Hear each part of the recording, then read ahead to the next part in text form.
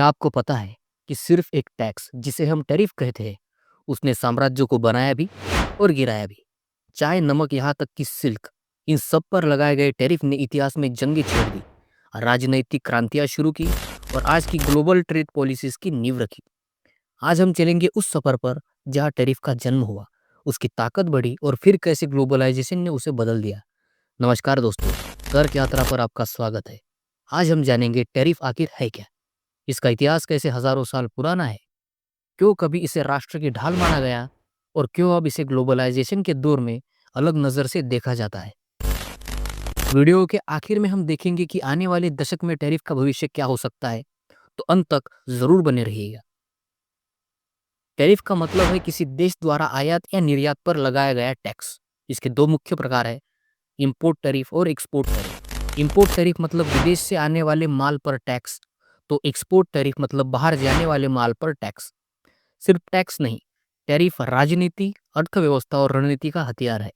इसे कभी घरेलू उद्योग बचाने के लिए लगाया जाता है, कभी राजस्व बढ़ाने के लिए और कभी कभी दुश्मन देशों पर दबाव बनाने के लिए। अगर आप सोचते हैं कि टैरिफ एक आधुनिक कंसेप्ट है तो आप गलत हैं। मिस्र, इजिप्ट में 2000 ईसा पूर्व के रिकॉर्ड मिले हैं जहां नील नदी पर लाए गए माल पर टैक्स लगता था। रोमन साम्राज्य में पोर्तोरिया नाम से सीमा पर लगने वाला टैक्स प्रसिद्ध था। सिल्क रोड, चीन से यूरोप तक जाने वाला व्यापार मार्ग, यहाँ हर राज्य अपने क्षेत्र से गुजरने वाले कारवां से शुल्क वसूलता था। टैरिफ का मकसद था राजस्व जुटाना और स्थानिक व्यापारियों को विदेशी प्रतिस्पर्धा से बचाना। 18वीं और 19वीं सदी में औद्योगिक क्रांति ने टैरिफ को नए मोड़ पर ला दिया। ब्रिटेन शुरुआत में अपने उद्योग बचाने के लिए टैरिफ का इस्तेमाल करता था, लेकिन बाद में फ्री ट्रेड का प्रचारक बन गया। अमेरिका 19वीं सदी में अपने स्टील और टेक्सटाइल उद्योग को यूरोप से बचाने के लिए हाई टैरिफ लगाता था। कॉर्न लॉस, ब्रिटेन में गेहूं आयात पर टैरिफ, जिसकी वजह से गरीब जनता महंगे दामों में खाना खरीदने को मजबूर हुई और अंततः यह कानून हटाना पड़ा। 20वीं सदी में टैरिफ ने वैश्विक राजनीति में तूफान मचाया। महामंदी, ग्रेट डिप्रेशन के दौरान अमेरिका का स्कूट हेविली टैरिफ एक्ट, जिसने इंपोर्ट पर भारी टैक्स लगाया, दुनिया में ट्रेड वॉर छेड़ दी।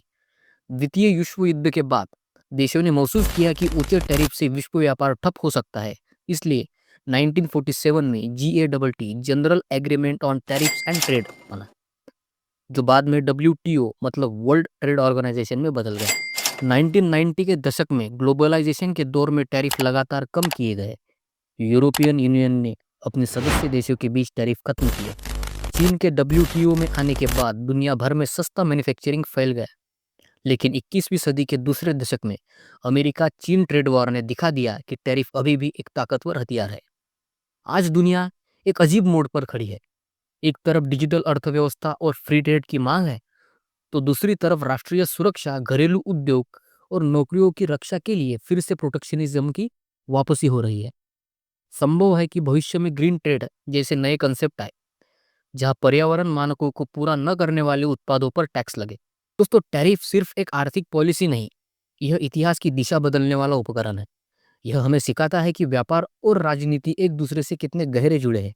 तो अगली बार जब आप खबरों में टैरिफ सुने, तो समझ लीजिए कि यह सिर्फ एक टैक्स नहीं, यह सदियों पुरानी ताकत का आधुनिक रूप है। अगर आपको यह वीडियो जानकारी पूर्ण लगी हो तो लाइक और शेयर जरूर करें और ऐसी ही कहानियां पाने के लिए चैनल को सब्सक्राइब कर तर्क यात्रा से जुड़े रहिए। मिलते हैं अगले वीडियो में, तब तक के लिए जय हिंद।